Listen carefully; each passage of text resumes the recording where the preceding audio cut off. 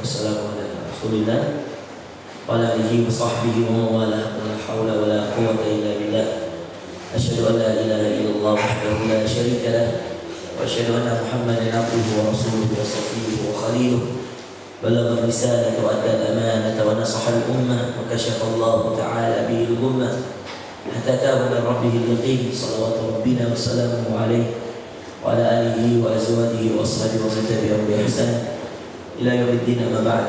Khas kalian yang dimuliakan Allah azza wa jalla, hayyikum tahiyatul Islam, tahiyat ahli jannah. Assalamualaikum warahmatullahi wabarakatuh.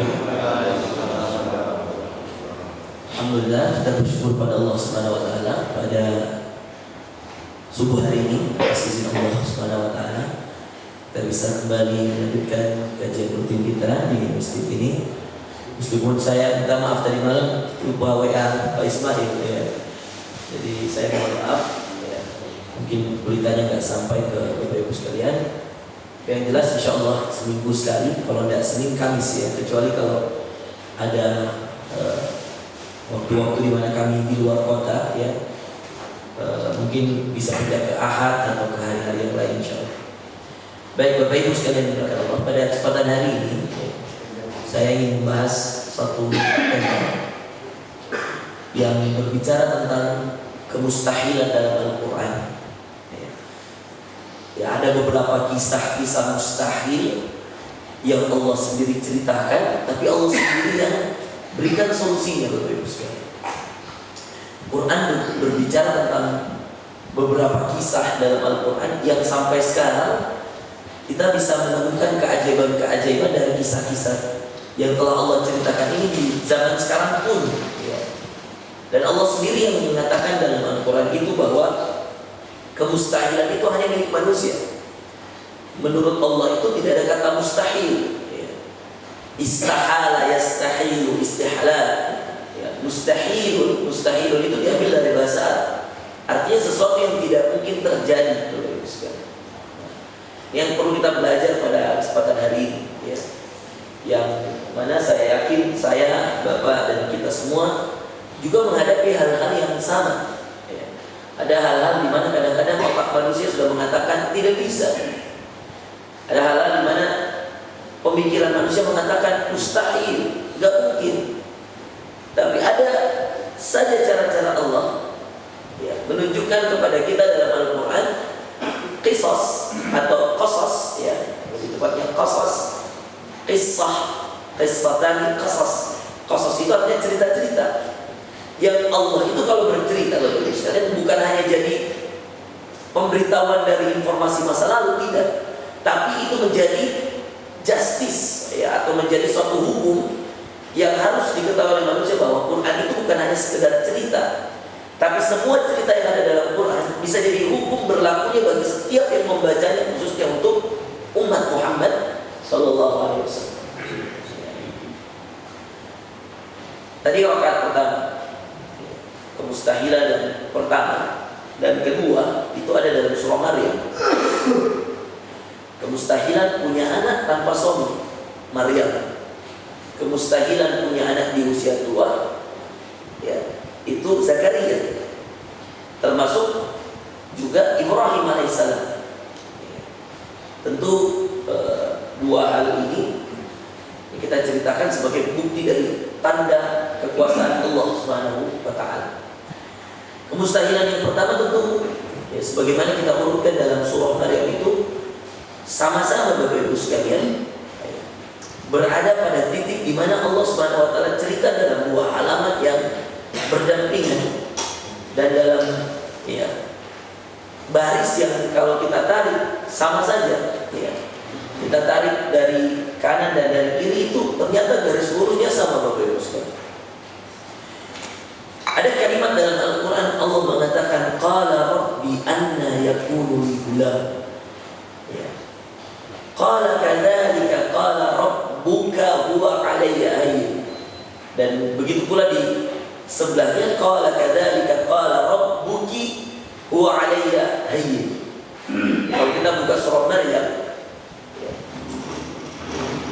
kemustahilan ini berdampingan. Siapa yang lagi buka Quran? Itu Bapak. Surah Maryam Maryam itu Pak?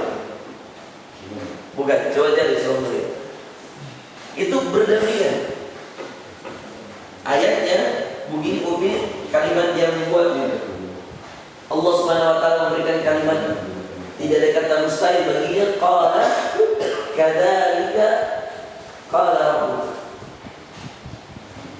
Qala rabbuka, kalau untuk Zakaria dia mengatakan rabbuka karena laki-laki. Qala kadzalika qala rabbuka huwa 'alayya hayyin. Huwa 'alayya hayyun. Ini yang berarti begitulah Allah, wahai Zakaria. Ya, begitulah Allah, wahai Zakaria. Ketika Allah menginginkan sesuatu terjadi, ketika Allah menginginkan sesuatu terjadi, ini terjemahan dari qala kadzalika qala rabbuka huwa 'alayya hayyin, maka baginya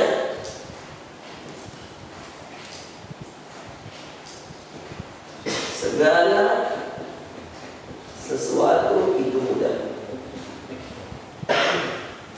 Itu mudah. Sudah, kita mau surah apa ya? Ini saya pinjam nggak Pak? Bagus itu saya kurang tak besar-besar. Lihat ya, dan ini, Masya Allah. Dan ini Bapak Ibu sekalian berdampingan. Jadi kalau berbicara tentang kemustahilan, misalkan, gimana Ustaz? Utang saya 5 miliar, ya. Tapi penghasilan saya cuma berapa? Gitu. Tidak cukup Ustaz, sampai mati pun tidak cukup. Ya. Jangan bilang tidak cukup, jangan bilang mustahil ya. Karena sesuatu yang lebih berat saja Allah bisa adakan. Ustaz, gimana caranya? Saya jadi apa? Mau jadi apa? Mau jadi menteri? Jadi apa? Nah, coba lihat Bapak-Ibu. Kalau Anda lihat di ayat Quran ya. Saya bukakan di sini ya, biar kelihatan di kamera. Ayat pertama yang Allah katakan itu qala kadzalika qala rabbuka, itu ayat 8. Ayat 9 apa? Qala kadzalika qala rabbuka wa 'alayya hayyin wa qad khalaqtuka min qablu wa lam takun syai'a. Kalau kita tarik garis lurus Bapak Ibu sekalian, ini tren ya. Kita akan ketemu ayat 21 sama qala kadzalika qala sampai akhir ayatnya. Ayat 9 dan ayat 21. Ayat 9 untuk Zakaria kalimatnya sama ya, kalimatnya sama. Ini ayat 9. Ayat 9 untuk Zakaria. Ini terus di ayat dengan bahasa yang sama, cuma bedanya qala kadzalika karena perempuan, wa qala rabbuki karena perempuan. Itu ayat 21. Jadi ini ayat 9 dan ayat 21 persis, gak ada bedanya. Bedanya satu untuk Zakaria ya ayat 9-nya, satu lagi untuk Maryam ayat 21-nya. Ini dua kalimat semuanya mustahil tingkat tinggi Bapak Ibu sekalian. Zakaria itu ketika kemudian dia ditanya, ya, dia minta seorang anak. Istrinya sudah mandul dari awal, rahimnya bermasalah, sudah monopos. Monopos itu sudah tua, berhenti haidnya, sudah nggak mungkin dalam dunia kedokteran itu melahirkan lagi, nggak mungkin. Tapi Allah mengatakan, begitulah Allah wahai Zakaria, ketika Allah menginginkan sesuatu itu terjadi, maka baginya segala sesuatu mudah.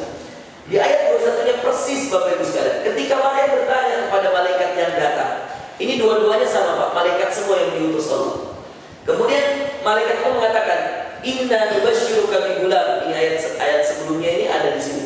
Wadkur fil kitab idh tabadat min ahliha makanan syarqiyya fatakhadat min dunihi hijab, dan seterusnya.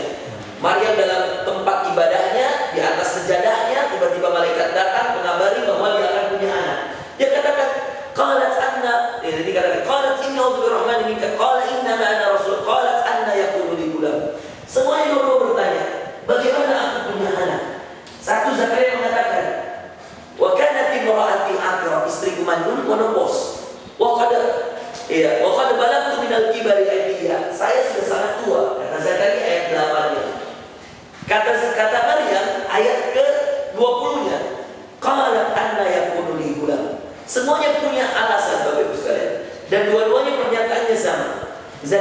mengatakan, bagaimana aku punya anak? Istriku mandul menopause. Oke? Maryam juga bertanya, bagaimana mungkin aku punya anak? Lam yamsasni bashar. Saya nggak pernah disentuh laki-laki pun. Walam aku baghiyah. Dan aku bukan wanita yang hina, bukan pelacur, bukan penzina. Dua-duanya punya alasan manusiawi, Bapak Ibu sekalian. Yang ini kalau kita tarik dari surah, nanti silakan buka surah Maryam ayat 9 dan ayat 21. Itu sama persis, dan jawaban Allah juga sama persis. Qala kadzalik qala rabbuka huwa 'alayya hayyin. Kalimat ini. Jadi saya jelaskan ya apa hikmah dari kisah kita ini semua. Yang ketiga, Bapak Ibu sekalian, adalah kisah terselamatkannya semua nabi dari semua perkara. Ini kan kisah 2 hari ini Zakaria berkata. Selanjutnya kisah terselamatkannya semua nabi dari semua perkara. Musa terselamatkan dari Fir'aun. Ayub terselamatkan dari penyakit. Yunus terselamatkan dari apa? Dari hijrah. Semua. Apalagi Yusuf terselamatkannya dari sumur dari istri raja. Siapa yang lagi viral sekarang ini? Bahaya istri raja. Yang lagi viral sekarang kan? Ya Allah, yang ada yang meninggal ditembak kok. Nah, itu hati-hati Pak. Ya. Allah sudah berbicara tentang Yusuf. Jangan terlalu mudah termakan media. Saya posisikan diri tengah-tengah. Kita tidak usah terlalu masuk ke dalam bagaimana kejadian nyatanya. Ya, yang kita baca dari berita saja kita bisa menyimpulkan ya. Banyak hal yang bisa kita simpulkan. Tapi kita serahkan kepada Allah. Tapi ingat, ada cerita Allah tentang Yusuf. Tidak selalu laki-laki yang menggoda, Pak. Ya. Ada kadang-kadang wanita yang menggoda. Ya.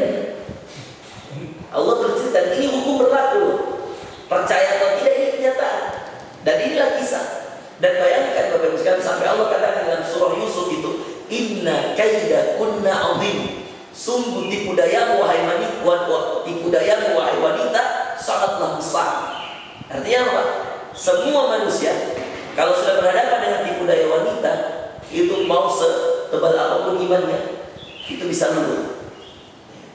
Dalam surah Yusuf Allah katakan walaqad hammat bihi wa hamma biha.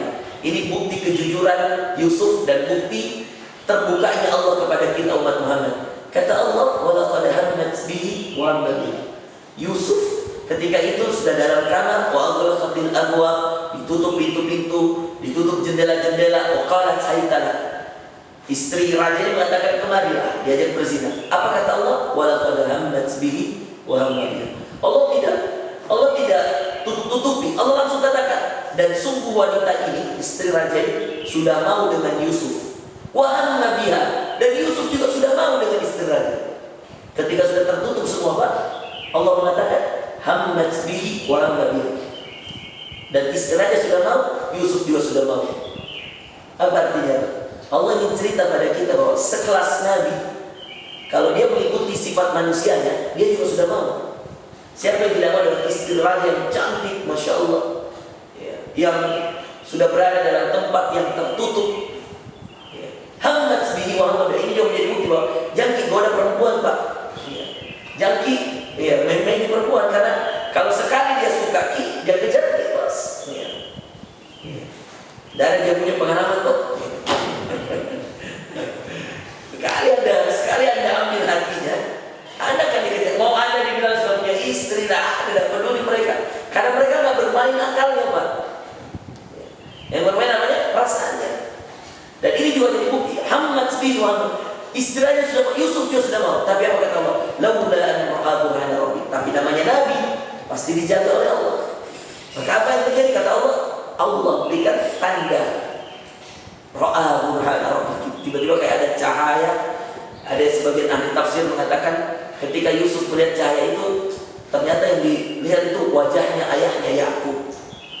Ada juga sebagian ahli tafsir mengatakan cahaya itu tanda dari Allah bahwa ketika kemudian Yusuf sudah mau juga, ketika lihat cahaya itu langsung tiba-tiba berubah. Jadi sekejap sekali, ya, sedikit sekali waktu yang kemudian kata Allah terdetik dalam hatinya kayak mau juga sebagai seorang wanita, sebagai seorang laki-laki, apalagi anak muda seperti Yusuf. Dan semua yang berkaitan dengan kisah Ibrahim diselamatkan dari api, ya, dari api.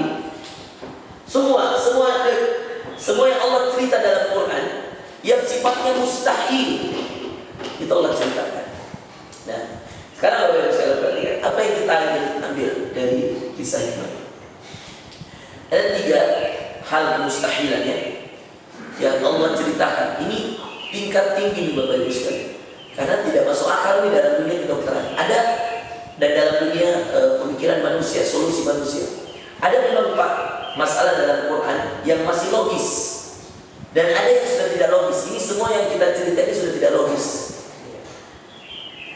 Hal-hal yang logis juga banyak, Pak. Jangan dikira tidak ada. Banyak hal logis. Yang pertama, contoh, ketika kemudian Nabi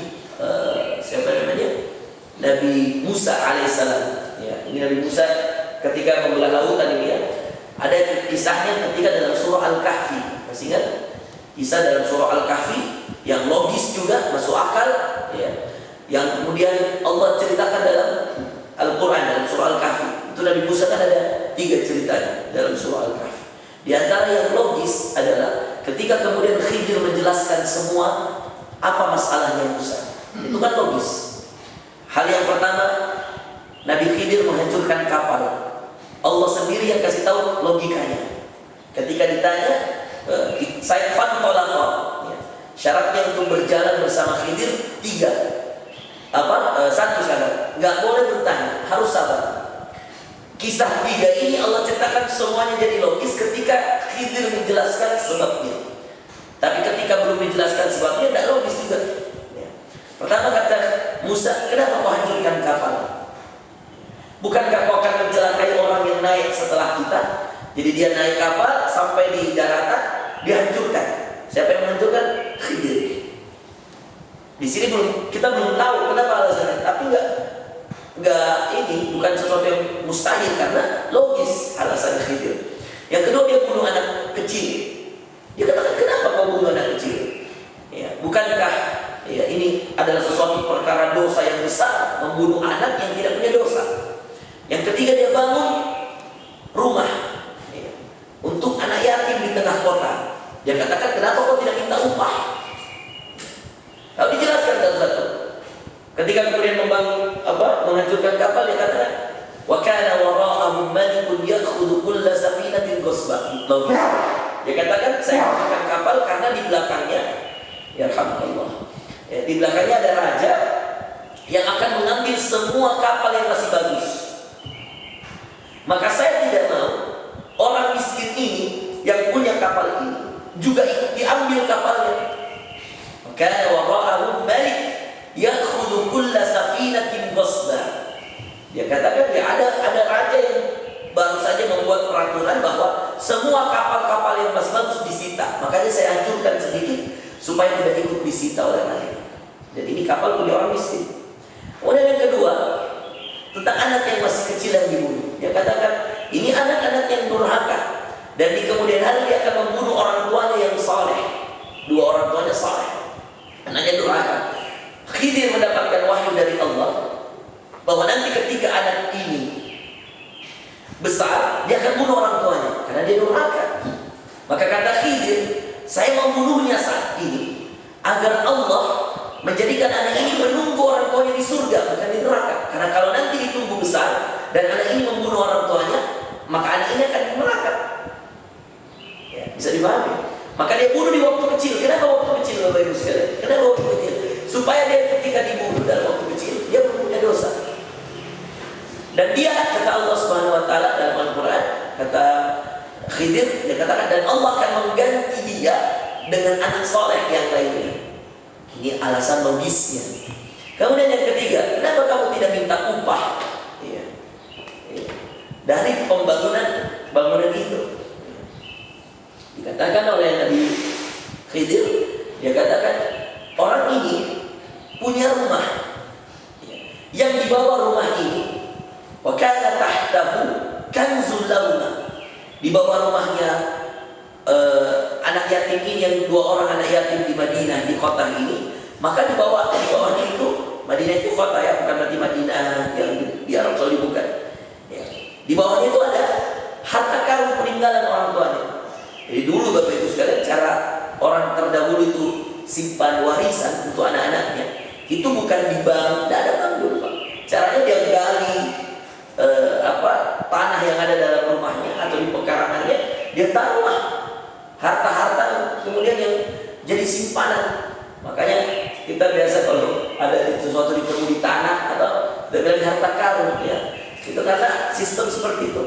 Dulu juga ya, ini juga bisa diambil dari kisah Qarun. Ada namanya Qarun, kisah umatnya Nabi Musa alaihissalam, yang kalau kita lihat sejarahnya dalam surah Al-Qasas, dia dulu itu ditanam oleh Allah karena kesombongannya. Jadi kerajaannya bersama Qarunnya ditanam oleh Allah di dalam tanah. Makanya biasa kita bilang harta Qarun ya. Orang-orang Arab ya, malu Qarun ya. Kalau dia orang Arab ketemu harta di bawah tanah, dia bilang malu Qarun, hartanya Qarun ya. Karena dibilang itu dulu Allah tenggelamkan dia ke dalam tanah beserta kerajaan-kerajaan, rumahnya yang besar. Nah, jadi 3 hal ini, kenapa kamu bangunkan dia rumah? Dia katakan ini punyanya anak yatim dan dulu orang tuanya orang tua yang saleh. Maka Allah ingin anak ini menikmati hasilnya. Kenapa? Karena kalau tidak dibangunkan rumahnya oleh Khidir, rumah ini sudah mau roboh, dan kalau dia roboh pasti anak ini pindah rumah. Dan kalau dia pindah rumah, akan masuk orang lain ke rumah ini, dan akhirnya orang lain yang mengambil harta warisan dari orang tuanya. Ini contoh hal yang logis dalam Al-Quran. Di antara hal logis yang lainnya Bapak Ibu sekalian juga dalam Al-Quran, kisah Zulkarnain. Zulkarnain seorang raja ya, dalam surah Al-Kahfi juga. Itu juga surah kisah tentang Zulkarnain, juga hal yang logis yang masuk di akal ketika Zulkarnain bertemu dengan ya, pasukan-pasukannya, bercerita dengan pasukan-pasukannya. Itu juga hal yang logis ya, nanti saya akan dibaca di surah Al-Kahfi. Dan ini beberapa kisah-kisah yang tidak logis, bagaimana Allah menyelamatkan nabinya, termasuk bagaimana Allah menyelamatkan Ashabul Kahfi ya. Itu juga tidak masuk akal, tapi begitulah Allah Subhanahu wa taala. Ashabul Kahfi apa Bapak Ibu sekalian? Dikasih tidur berapa tahun? 309 tahun. Thalathmi'ati sinina wazdadu tis'a. Cara Allah menyelamatkan anak muda dan 1 ekor anjingnya. Nah, semua ini Bapak Ibu sekalian yang kita ceritakan di atas ini, ada kisah-kisah yang logis, ada kisah-kisah tidak logis. Nah, tapi semua yang kita bahas hari ini, yang kita ingin fokus pada tema ini adalah yang tidak logis. Apa syaratnya Ustaz? Sehingga Allah membuat ya, perkara urusan kita itu meskipun tidak logis di kepala, jadi. Dan kadang-kadang tidak masuk akal pikiran manusia, jadi. Ya, mungkin dulu ada tulisannya, saya tidak tahu siapa yang tulis, mungkin sudah jadi film, tukang bubur naik haji gitu ya. Kemudian penjual pisang dulu zaman saya ya, umroh Pak, tidak punya uang ya, penghasilan sebulan ya paling banyak 50.000 ya. Kisah nyata jamaah saya umroh bintang 5, penjual pisang. Saya sudah heran memang kenapa bisa masuk bintang 5 zaman itu, paketnya 34 juta Pak ya. Kemudian sederhana sekali Bapak, tapi Masya Allah setiap kali saya ceramah, pengarahan, setiap kali saya kemudian arahkan, dialah satu-satunya yang mungkin gak belagu gitu ya. Karena yang lain kan orang-orang ini ya, kayak punya duit itu kayak gaya-gaya belagu-belagu gitu ya. Kalau dikasih tahu, apalagi banyak yang dari Jakarta kemarin tuh saya jamaah umroh 2000 berapa? 17 kalau saya tidak salah. 17 atau 18. Orang ini saya datangi Bapak Ibu sekalian. Kalau saya tanya, Pak kerjanya apa Pak? Kalau sederhana sekali Pak, sendalnya ya sendal biasa sekali. Saya tanya dia, kami ini cuma penjual pisang Ustaz. Saya bilang, Masya Allah. Jadi dengerin ya, ceritanya singkat aja kita ceritain.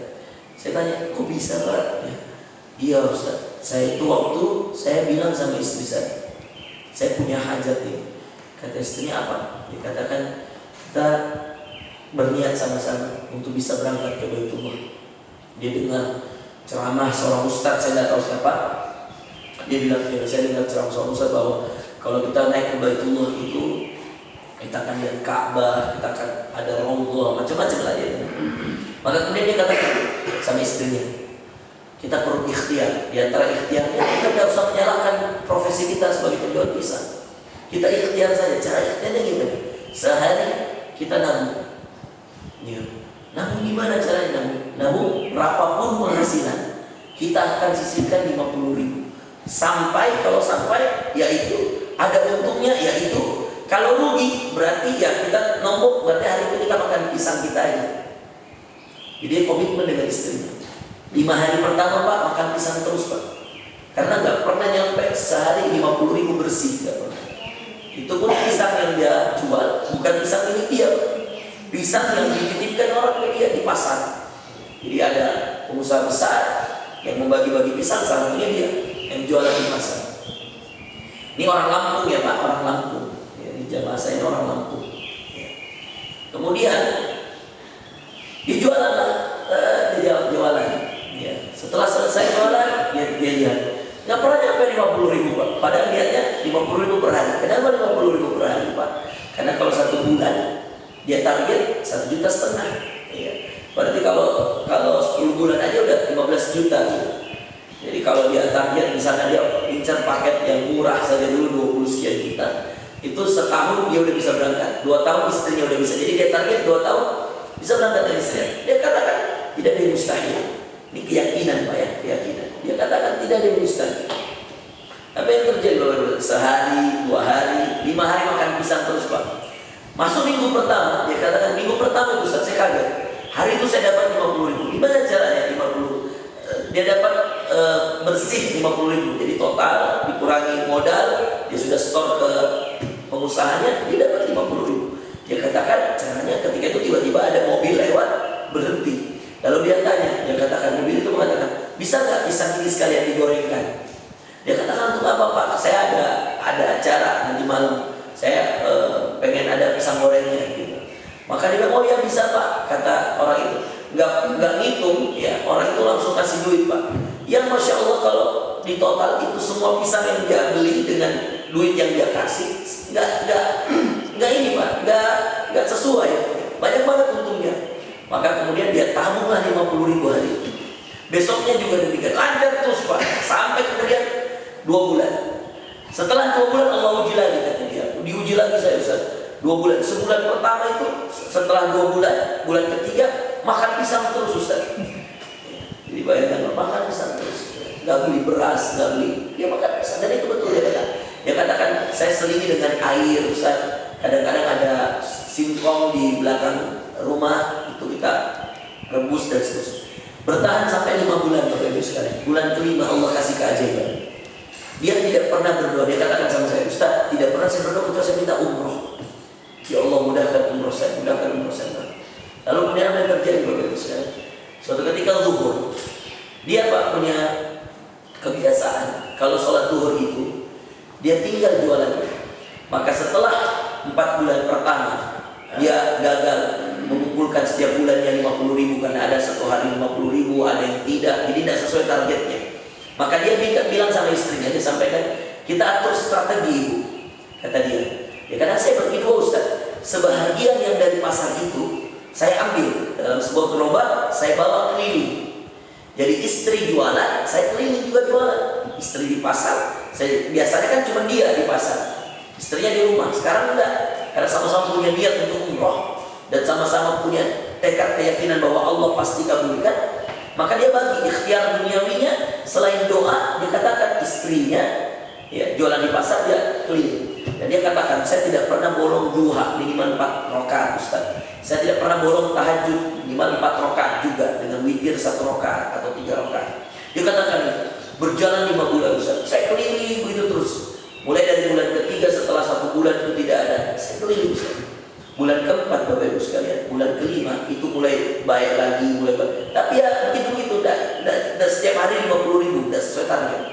Nanti bulan ke-6, ketika kemudian dia keliling Pak, azan zuhur, jadi dia taruhlah gerobaknya, baru dia tulis itu Pak, ya, silahkan ambil pisang ini, harganya sekian, uangnya taruh di sini, dan ada celengan itu Pak, ada tempat uang. kita di pekarangan masjid dan dia sholat. Ada Allah Pak, ada, saya tidak tahu ya, yang penting dia bilang ada mobil bagus Ustaz, berhenti, saya sudah masuk ke dalam sholat sunnah. Ya, itu bapak ini bercerita bahwa dia lihat itu. Kemudian dia ikut sholat. Setelah sholat bapak ini buru-buru Pak, ya, buru-buru tunggu di depan gerobak pisang itu. Ya, dia mungkin terharu ya, kalau menurut cerita jamaah saya ini, dia mungkin terharu. Dia bilang, entahlah Ustaz, yang penting waktu itu dia cuma nitip nomor telepon. Dia bilang tolong telepon saya. Ya kan? Dia katakan setelah pulang sholat zuhur, orang itu nunggu di depan gerobak pisang. Ya, kemudian pas penjual pisang itu keluar, dia katakan tolong ambil nomor telepon saya. Lalu dia titip uang Pak, ada sekitar 500.000 kalau saya tidak salah, dia bilang gitu. Ada 500.000 Ustaz dititip ke saya. Lalu dia katakan ini nomor telepon, tolong telepon saya. Terus kata dia, ini pisangnya di mana? Dikatakan bagi-bagi saja. Ya sudah dibagilah oleh orang itu sesuai dengan amanah titipan. Diteleponlah nomor ini Pak. Dia katakan saya telepon Ustaz. Waktu itu dia bilang saya penasaran dengan orang ini karena uangnya lebih, tidak sesuai dengan jumlah pisangnya. Pisangnya totalnya paling 300.000 Pak, ini kasih 500.000. Dia telepon. Lalu dia katakan pertama kali saya penjual pisang yang tadi Pak, uang bapak lebih. Dia katakan saya nelfon itu malam Ustaz, malam. Jadi siangnya saya cerita istri, malamnya saya telepon karena uangnya lebih, saya takut haram ini Ustaz. Dia telepon lalu dia katakan, Ustaz, Pak mohon maaf, ini uangnya lebih 200.000 Pak, harga pisang saya total cuma 300.000. Kata bapak itu ambil saja. Lalu dia tanya, bapak itu pertanyaan singkat, apa keinginan kamu yang kamu belum bisa penuhi? Pertanyaan yang seakan-akan mewakili isi hati Pak. Kamu apa keinginan kamu belum bisa penuhi? Orang ini juga karena spontan, udah lama niat, dia cuma katakan, dia bilang, saya langsung jujur Ustaz, karena dia nanya kayak gitu Ustaz. Dia katakan saya lagi menabung untuk bisa berangkat umroh bersama istri saya. Nggak ada omongan apa-apa dari telepon, orang ini bilang oke, insya Allah. Selesai Pak, dan 200.000 itu halal katanya, udah ambil aja. 5 bulan setelahnya Pak, nggak ada kabar. 5 bulan setelahnya nggak ada kabar. Tiba-tiba kata adik mas saya ini, bilang, setelah itu saya tiba-tiba dapat telepon dengan nomor yang saya sudah save, pembeli pisang aneh. Coba ya, pembeli pisang aneh. Dia sebut, saya punya save nomor pembeli pisang. Dia nelfon Ustaz. Terus dia bilang apa? Dia katakan saya minta kamu besok berangkat untuk buat paspor. Di telepon Pak. Dia untuk apa Pak? Dia ikut saja, besok ada orang yang akan jemput, tolong minta alamatnya. Berjalan, minta dikasih alamat, dijemput, bikin paspor. 2 minggu setelah dia berangkat Pak. Dan dia berangkat, orang ini tidak berangkat, orang kaya tidak berangkat. Dia berangkat ini berdua, yang bayarkan orang ini. Ya. Kebetulannya waktu itu saya bawa jamaah yang travel Jakarta Pak. Teman saya pulang dari Sudan S2, jadi saya nggak berangkat dari Indonesia. Waktu itu saya jamaah teman ini punya travel dan jamaah dari Jakarta. Saya datang dari Sudan, saya selesai S2 2017, saya selesai S2, saya berangkat. Ya. Nah, saya ketemu di Saudi cerita, jadi kayak mutawif gitu Pak. Ketemu di sana, saya nggak berangkat dari Indonesia. Ada 41 jamaah. Karena semua penjual bisa jadi. Nah, saya cerita lagi. Ternyata Masya Allah, apa yang dia alami itu penjual pisang, semuanya ada dalam ayat ini. Ya, kalau saya mau balance kan ya, bahkan lebih dahsyat karena dalam ayat ini ketika Allah bercerita tentang Nabi, ya, Allah bercerita tentang orang soleh Pak, Nabi pilihan. Tapi ketika penjual pisang ini yang cerita, saya seakan merasa berada pada satu alam yang mana Masya Allah, orang ini mungkin tidak tahu ilmunya, tidak tahu kaidahnya, tapi dia sudah mengamalkan. Dan itulah enaknya agama kita Pak, diamalkan meskipun kita tidak terlalu paham ilmunya, diamalkan meskipun kita tidak terlalu paham kaidahnya, akan jadi sebagaimana Allah berfirman dan ayat-ayat yang kita ada di atas itu. Ketika saya bertanya sama dia, Pak, ini Bapak berangkat ini tahu nggak Pak? Saya bukakan dia, ini kisah-kisah Allah tentang kemustahilan dalam Quran. Maryam gak punya suami, punya anak. Zakaria istrinya sudah mandul, menopos, punya anak. Yunus dalam perut ikan sampai Allah mengatakan kalau dia tidak termasuk orang yang bertasbih, Dia akan termasuk orang yang berada dalam perut ikan sampai hari kiamat. Dia katakan apalagi Nabi Musa, ya, yang kemudian depannya lautan, belakangnya Fir'aun, yang sudah mustahil pasti ketangkep ini. Itu bisa saja kemudian kata Allah, pukulkan tongkatmu terbelah lautan. Tongkat kayu membelah lautan, gimana cerita, nggak masuk akal. Kemudian juga Yusuf yang tiba-tiba kemudian diambil oleh seorang, dilempar ke sumur, diambil orang dan kenapa dibawanya ke istri raja? Kenapa dibawanya ke raja? Dibeli dengan harga yang murah, dibawa ke raja. Kenapa? Dari raja difitnah oleh wanita, masuk penjara, dan ternyata gara-gara mimpi. Apa arti sebuah mimpi, Bapak Ibu sekalian? Tapi kalau Allah mau, mimpi menjadikan dia keluar dari penjara, mimpi menjadikan dia perdana menteri Mesir. Kemudian siapa lagi? Nabi Ibrahim, api jadi dingin. Gimana ceritanya api dingin? Tidak ada api dingin, Pak. Semua api panas. Tapi ketika Allah mengatakan qulna ya naru kuni bardan wa salaman ala Ibrahim, kan Allah mengatakan wahai api jadilah dingin dan keselamatan bagi Ibrahim, maka terjadi. Nah, Bapak Ibu sekalian yang dimuliakan Allah Subhanahu wa taala. Ada 3 poin penting, Pak, dari semua amalan Nabi yang perlu kita amalkan ketika kita punya hajat yang sudah mustahil. Ya. Ada yang pengen haji dengan orang tuanya misalnya, duitnya nggak cukup dan seterusnya. Ada yang pengen punya anak misalnya. Ada yang pengen ya utangnya lunas misalnya. Ada yang pengen macam-macam lah, naik jabatannya lah, mungkin mustahil bagi kita. Ada yang pengen macam-macam lah, Bapak Ibu sekalian, beli rumah, beli ini, tapi uangnya nggak cukup secara hitung-hitungan, nggak masuk. Coba lihat ini 3 amalan yang semua Nabi diamalkan dengan 3 amalan ini yang mustahil jadi tidak mustahil di sisi Allah. Yang paling pertama, Pak, inilah yang paling berat, karena ini mengolah keyakinan. Semua Nabi, Bapak Ibu sekalian, ketika kemudian terjadi ini, ya, secara singkat, mereka paling pertama keyakinannya itu yang gak goyah. Ibrahim, Pak, perjalanan menuju pembakaran, Jibril datang, Jibril loh, Pak, yang sudah jelas wakil Allah, sudah jelas bahwa ini malaikat yang memang jadi utusan Allah, datang, nanya Jibril, halaka min hajat, perjalanan menuju pembakaran, Pak, yang lain gak ada yang lihat. Ibrahim karena dia Nabi, dia diberi oleh Allah penglihatan, bisa lihat malaikat ini. Turun Jibril, nanya, ada nggak sesuatu yang kau inginkan sekarang, wahai Ibrahim? Apa kata Ibrahim? Ama minka ya Jibril, fala. Dari kamu, wahai Jibril, tidak ada. Allah sudah tahu keadaan saya. Dan hasbi Allah wa ni'mal wakil, ni'mal maula wa ni'mal nasir. Ini zikirnya Nabi Ibrahim. Hasbi Allah wa ni'mal wakil, ni'mal maula wa ni'mal nasir. Kata Ibrahim, cukuplah Allah bagiku. Hasbi Allah, cukuplah Allah bagiku. Wa ni'mal wakil, dan Allah sebaik-baik tempat bertawakal. Ni'mal maula, ya, dialah sebaik-baik pelindung. Wa ni'mal nasir, dialah sebaik-baik penolong. Apa yang terjadi, Pak? Ibrahim jalan saja dengan pedenya, naik ke atas api. Dia tahu dan dia yakin nggak mungkin ada bahaya yang sampai ke dia, karena dia tahu bahwa dia memperjuangkan agama Allah dan dia yakin Allah akan membelanya. Apa yang terjadi? Allah turunkan ayat qulna ya nar kuni bardan wa salaman ala Ibrahim. Wahai api, jadilah kau dingin dan keselamatan bagi Ibrahim. Dalam ayat ini juga para ulama menyimpulkan bahwa subhanallah, Ibrahim adalah bapaknya tauhid. Makanya dia dijuluki Nabi Abu Tauhid, bapaknya tauhid, karena dia mengesahkan betul Allah. Nabi Musa juga depannya lautan, mentok, Pak. Udah kabur dari Fir'aun, dikejar dengan kudanya Fir'aun yang begitu cepat, Bapak Ibu sekalian. Terdengar suara hentakan kuda.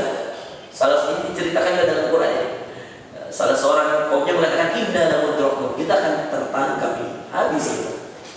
Tiba-tiba Musa ringan aja dari lisannya mengatakan, kalla inna ma'iya rabbi sayahdi. Gak mungkin, karena ada Allah yang akan beri petunjuk. Tiba-tiba Allah mengatakan, udrib bi'asakal bahr. Musa, yang di tangan itu lemparkan. Musa tidak pikir lama, karena di tangannya tongkat, dia lemparkan. Pukulkan, dipukulkan. Ketika dipukulkan, terbelahlah lautan. Dan itu lautan membelah, Pak. Dan Anda tahu cara Allah membelah lautan itu ombak-ombaknya semua kayak ada yang kayak gunung, bikin gunung sendiri itu ombak. Jadi ombak berkumpul menjadi gunung supaya bisa jadi jalanan. Semua ombak yang dari arah kanan berkumpul di gunung ini. Semua ombak yang dari arah sini berkumpul di sini jadi gunung. Jadi ini kayak ada dua gunung yang mengapit, Bapak. Dan itu semua ombak dari arah kanan ini sampai di ujung lewat Nabi Musa. Semakin dekat Fir'aun, dan uniknya ya, kalau kita baca kisah sejarahnya Nabi Musa itu ya, dan itu nanti kita peringati 10 Asyura, jangan lupa nanti 10 Muharram kita puasa Asyura namanya. Asyura itu 10 Muharram, pahalanya diampuni 1 tahun dosa. Kalau puasa kemarin, puasa 9 Dzulhijjah, puasa Arafah kan 2 tahun diampuni dosa ya, tahun lalu dan tahun depan. Kalau ini 1 tahun lalu. Kapan? 10 Muharram. Sekarang sudah tanggal berapa Syawal, berapa Dzulhijjah itu? Berarti nanti itu pas masuk Muharram, itu tanggal 10-nya Pak, kita wajib puasa. Puasa apa itu? Puasa Asyura. Apa manfaatnya diampuni 1 tahun dosa yang lalu? Apa sebabnya? Kalau Dzulhijjah kan wukuf di Arafah, dan sebabnya tanggal Arafah, bulan terbaik, 10 hari terbaik. Kalau 10 Asyura dikatakan yaum anjallahu fihi Musa, hari di mana Allah selamatkan Nabi Musa. Itu karena kemustahilan. Ya. Maka kemudian ketika ujung orang terakhir yang lewat ini sampai di daratan, Fir'aun masuk Pak. Dan subhanallah uniknya, tidak ada satupun yang ketinggalan. Selama, jadi kan Fir'aun kan juga berderet-deret ke belakang Pak. Dan dia utus semua pasukannya, semua pasukan. Nggak ada yang dia tinggalkan. Karena hari itu dia bilang kita akan kerahkan semua pasukan, kita akan kejar Musa dan kita akan binasakan dia. Maka semua pasukan, maka apa yang terjadi? Allah juga kumpulkan dan ditunggui oleh laut Pak. Ditunggui oleh laut, dan ini hikmah luar biasa. Seandainya Allah mau kan pas Fir'aun masuk tutup, tapi ini tidak. Semua ditunggu oleh Allah. Orang terakhir dari kaum Nabi Musa sudah lewat. Semua orang terakhir dari umatnya Fir'aun, dari kaumnya Fir'aun, pasukannya Fir'aun masuk ke laut, baru ditutup laut. Artinya Bapak-Ibu sekalian, Allah tidak sisakan satu pun. Coba lihat. Kalau Allah masih sisakan satu kan nanti masih ada tugas Musa. Allah tidak sisakan satu pun. Berarti lebih dari yang diharapkan Musa. Musa cuma berharap selamat dari Fir'aun. Ini tidak. Selamat dari Fir'aun, plus ini Fir'aun juga masuk dengan semua pasukannya mati. Dan yang lebih hebat Allah bagikan dalam surah Yunus, supaya ada tanda ini orang yang sangat bejat, ya, orang yang sangat zalim seperti Fir'aun. Maka apa yang terjadi? Allah abadikan jasad. Sampai hari ini kalau kita ke Mesir masih bisa lihat muminya Fir'aun yang tidak pakai apa istilahnya, kalau banyak orang yang pakai alat-alat kecanggihan teknologi, pakai zat-zat kimia, ini enggak ada. Sampai sekarang ya. Dan gara-gara kejadian itu ada ilmuwan Prancis, saya lupa namanya, Immanuel siapa gitu, saya lupa. Cari aja di internet. Ilmuwan Prancis masuk Islam, profesor, pakar kemumian, masalah mumi-mumi dia bilang itu ada di Mesir, ya, kebohongannya umat Islam gini. Dia benci sekali dan dia akhirnya terbang ke Kairo, karena dia melihat itu mumi. Belum dia sentuh Pak, belum dia sentuh, dia langsung mengatakan, izinkan saya bertemu dengan orang yang bisa menuntut saya masuk Islam.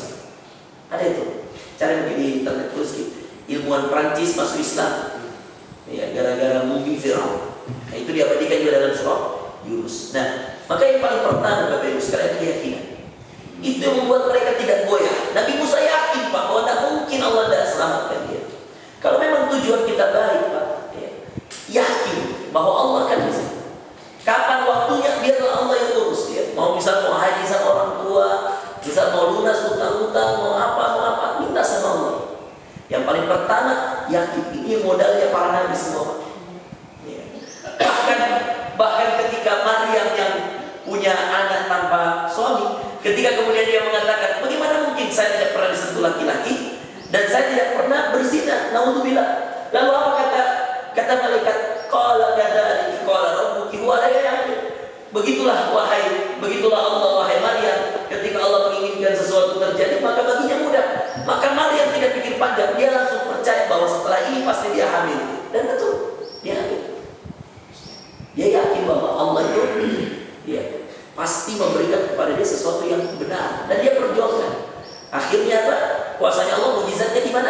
Ketika kemudian kaumnya datang, dia menggendong Nabi Isa. Siapa yang menjelaskan? Ini anak dari mana ini? Siapa yang menjelaskan? Maryam nggak bisa bicara lah. Kalau dia bicara, Bapak Ibu sekalian, semua orang nggak akan percaya. Tapi ketika kemudian orang ini yang mengurumuni Maryam, lalu menuduh, kamu itu ya ukhta Harun, kana mungkin merasau, bapakmu orang baik-baik, ibu orang baik-baik, kau penzina begini, dituduh. Maryam sudah tidak bisa bicara, tiba-tiba apa? Qala inni abdullah. Suara itu terdengar dari bayi ini, saya hamba Allah. Ketika bayi ini mengatakan saya hamba Allah, orang masih belum percaya. Jangan-jangan sudah diajar sama ibunya. Qala inni abdullah. Tapi ketika dia mengatakan atani alkitab, saya lah yang diberikan Injil, dia orang ini semua. Karena keyakinan mereka semua akan lahir seorang pembawa risalah, kitab, namanya kitab Injil. Memang sudah ditunggu. Nah, semua orang diam, Bapak-Ibu sekalian. Makanya kemudian mereka menjadikan, ya mohon maaf ya kalau di agama mereka ada Tuhan Bapa, ada Tuhan Ibu, ada Tuhan Anak. Ya. Itu yang kemudian akhirnya mereka jadikan, oh bahwa ini Tuhan Anaknya. Ya. Ya, akhirnya kemudian mereka mengakui bahwa inilah yang disalib, nauzubillah min dzalik, padahal bukan Nabi Isa yang disalib. Allah mengangkat Nabi Isa untuk menyelamatkannya dari salib tersebut. Maka pertama keyakinan Bapak-Ibu. Kemudian yang kedua tentu apa? Doa. Semua Nabi punya doa. Tadi Ibrahim hasbiyallahu wa ni'mal wakil, ni'mal maula wa ni'mal nasir. Nabi Musa qala rabbi inni lima anzalta ilayya min khairin faqir. Ashabul Kahfi, kalau Anda baca surah Al-Kahfi, Pak, ya, maghrib ini kan masuk hari Jumat. Ingat Kamis, nanti maghrib sudah masuk hari Jumat. Anda akan baca di situ. Dia akan berdoa, Rabbana atina min ladunka rahmah wa hayyi lana min amrina rasyada. Dia doa itu. Maka Ashabul Kahfi sesuai dengan doa, Rabbana ya Tuhan kami atina, berikan pada kami min ladunka rahmah, dari sisimu rahmatmu, wa hayyi lana, dan siapkan kami min amrina, pada urusan kami rasyada, petunjuk. Seakan Ashabul Kahfi bilang curhat sama Allah, ya Allah kau tahu masalah kami, maka kasihkan kami petunjuk. Ya Allah, arahkan mereka kemana? Ke gua. Ya, mereka nggak sadar bahwa itu cara Allah menyelesaikan masalah. Kasih tidur, bangun. Ya, dan sebagaimana yang kita tahu dalam surah Al-Kahfi, dia utus 2 orang untuk pergi belanja di pasar, dan ternyata uangnya sudah tidak berlaku, Bapak Ibu. Itu cara Allah menjadikan petunjuk. Maka doa Zakaria itu bertahun-tahun, ratusan tahun berdoa minta. Nabi Ibrahim juga bertahun-tahun, ratusan tahun dia minta anak, tapi sebenarnya subhanallah Allah kabulkan justru di usia-usia tuanya, Bapak Ibu.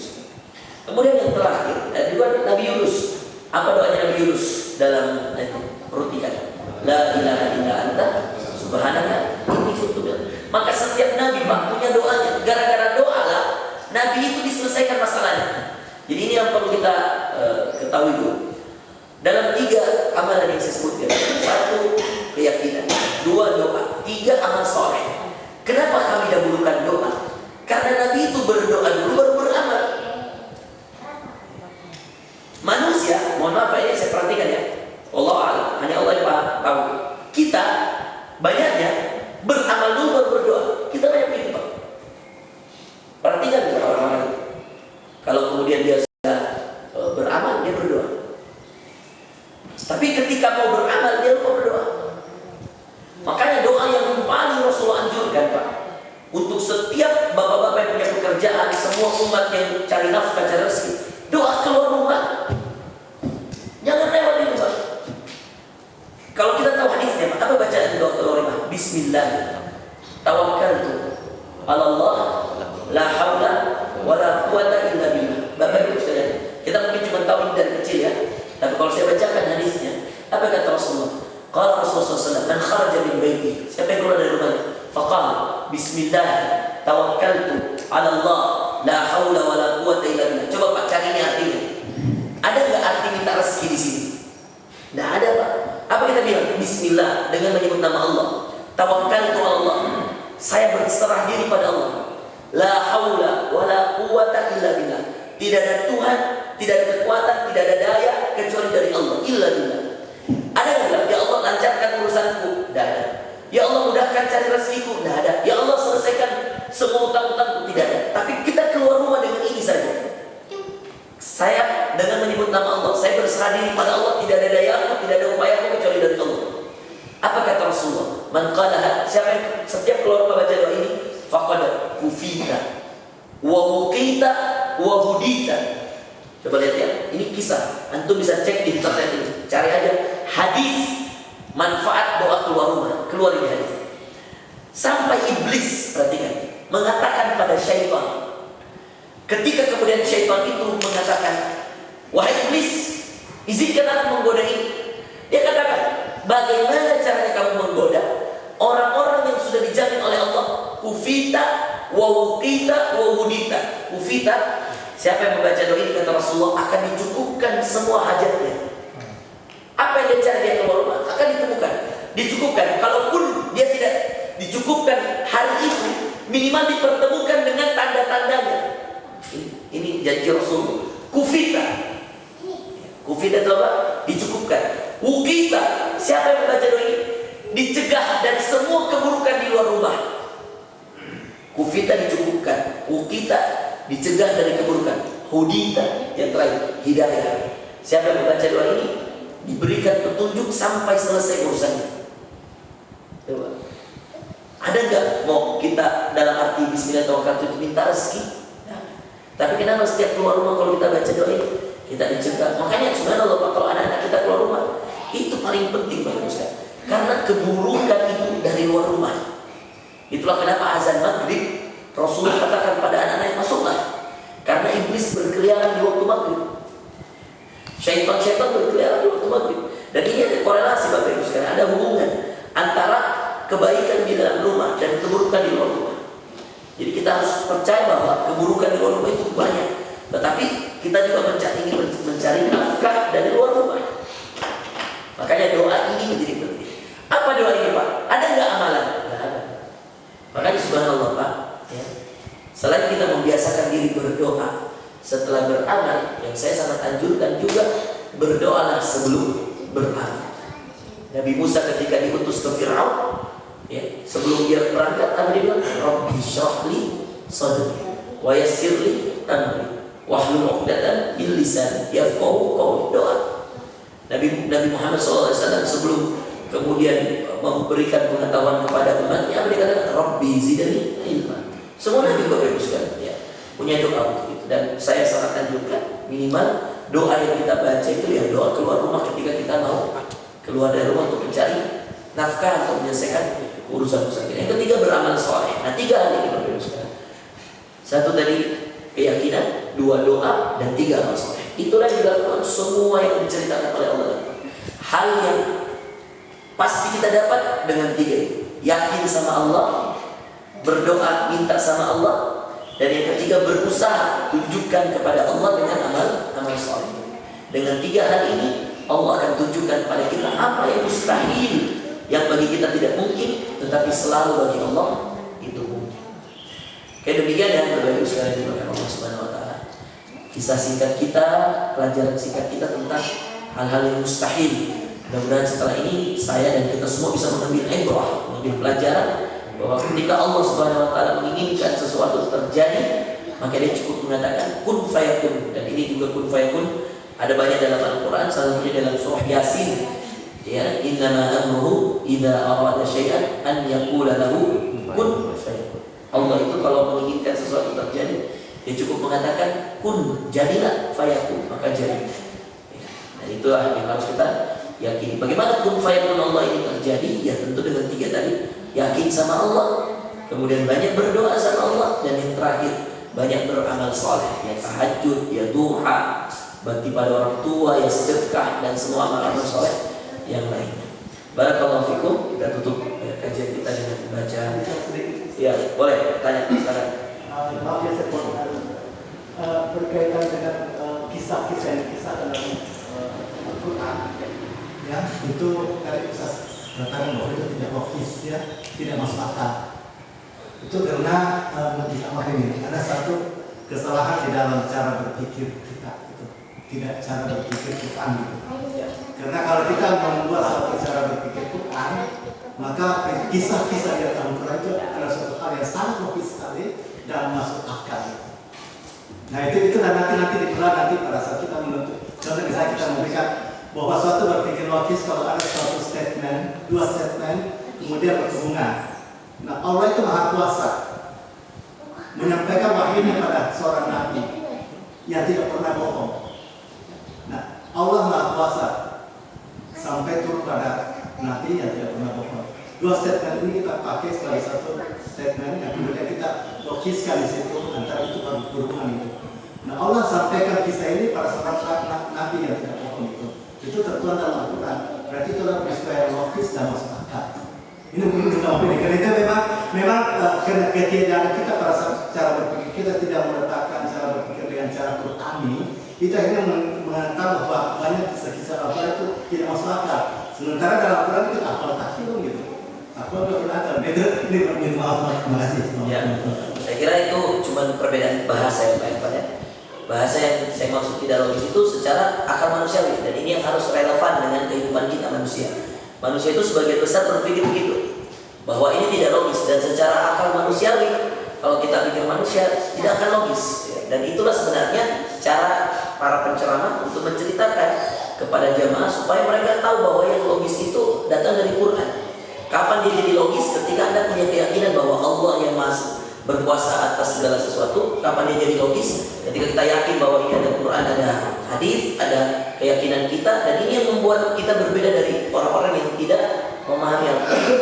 Jadi yang Pak Irfan sampaikan sebenarnya sudut pandangnya seorang yang sudah belajar seperti Pak Irfan, sudah mengerti, ya itu bagus. Berarti kita sudah masuk pada tahap itu bahwa Allah Maha Kuasa atas segala sesuatu, ditambah dengan Dia mengutus Nabi yang tidak pernah bohong.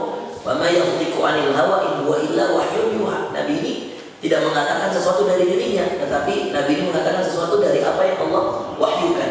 Jadi sebenarnya kalimat logis tidak logis itu dilihat dari sudut pandang kita sebagai seorang manusia dan dari sudut pandang kita sebagai orang beriman. Nah, ini aja kalimatnya yang perlu kita tarik garis lurusnya. Ya. Saya kira bukan pertanyaan, itu kan cuma statement toh. Ya. Ada yang bertanya? Ya. Cukup ya. Baik, barakallahu fikum, jazakumullah khair. Kita tutup dengan kafaratul majlis. Subhanakallahumma wa bihamdika, asyhadu an la ilaha illa anta, astaghfiruka wa atubu ilaik.